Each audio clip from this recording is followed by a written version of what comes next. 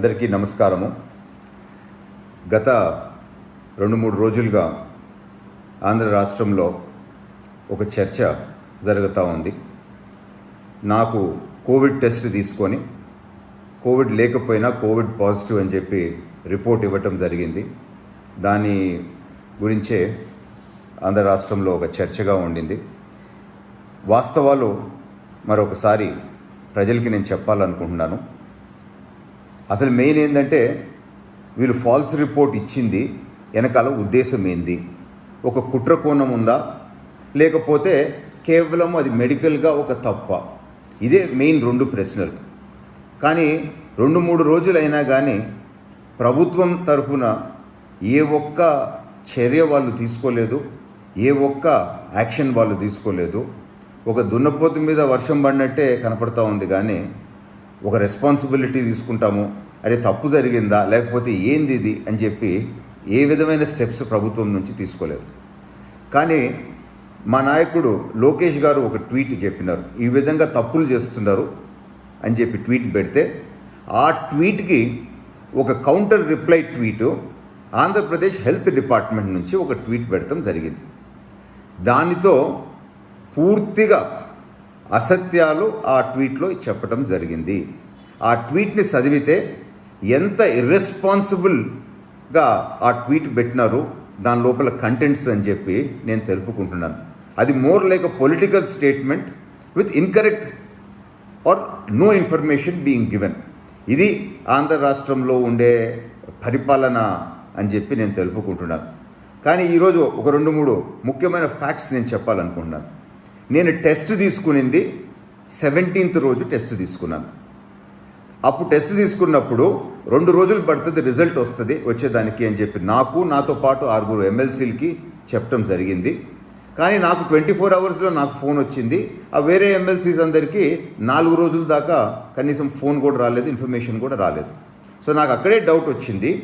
17th test తీసుకుంటే 18th కల్లా నాకు ఇన్ఫర్మేషన్ వచ్చింది వితిన్ 24 అవర్స్. కానీ ఆ టెస్ట్ రిపోర్ట్లో మీరు చూస్తే date of test and report date 19th అని చెప్పి రాస్తుందండి. 17th టెస్ట్ తీసుకొని 19th టెస్ట్ తీసుకున్నట్టు రాస్తుంది, కానీ 18th నాకు కోల్డ్ ఉందని చెప్పి ఇన్ఫర్మేషన్ ఇచ్చినారు. అంటే దీని వెనకాల ఏంది అర్థము? నెంబర్ 1. నెంబర్ 2, ఆ రిపోర్ట్ మీరు చూస్తే దీంతో ఏ రకమైన టెస్ట్ చేసినారని చెప్పి ఎక్కడ రాయలేదండి. ట్రూనెట్ టెస్ట్ చేసినారా, లేకపోతే ఆర్టీపీసీఆర్ టెస్ట్ చేసినారా?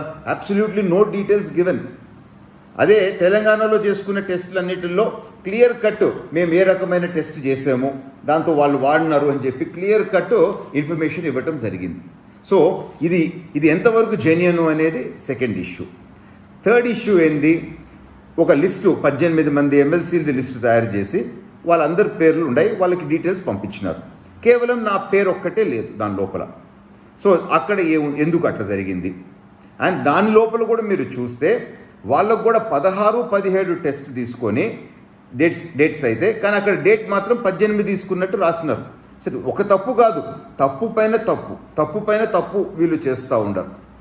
2 రోజుల్లో వస్తుందని చెప్పి వేరే వాళ్ళకందరికీ 4 రోజులకు కూడా రిపోర్ట్ రాలేదు, కానీ నాకు మాత్రం 1 డే లోపల. సో ఇవి క్లియర్ కట్ అక్కడ జరిగిన discrepancies as far as test is concern.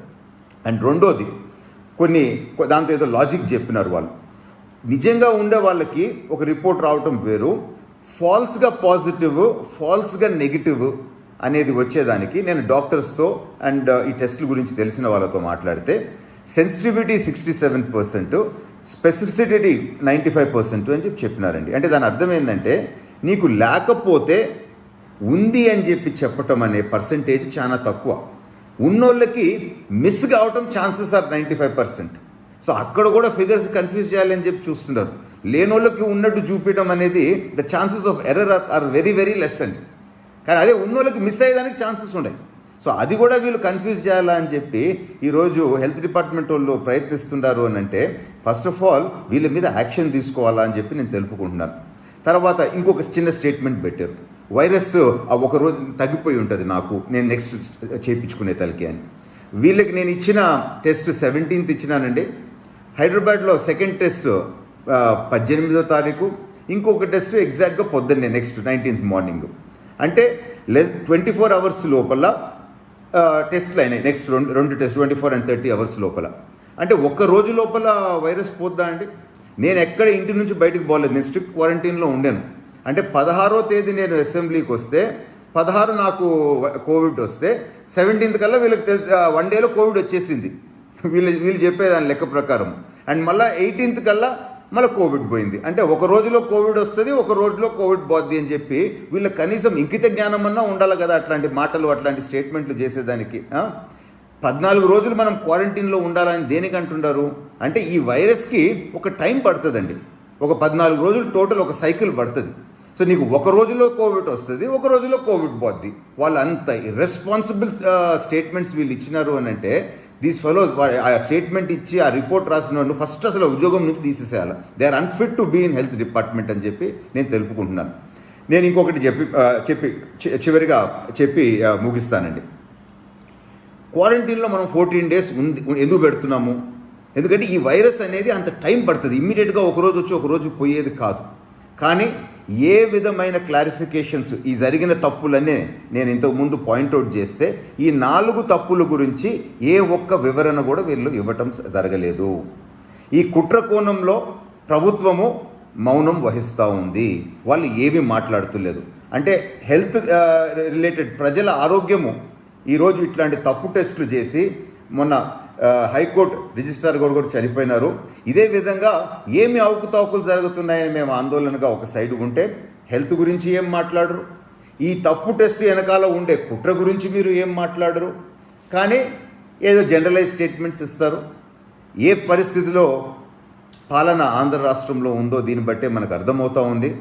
నేను ఒకటి గట్టిగా ఇప్పటికి మరొకసారి నేను డిమాండ్ చేస్తూ ఉండను, మీకు చివరి అవకాశం, ఒక ఎంక్వైరీ అయ్యింది ఆన్ 2 aspects.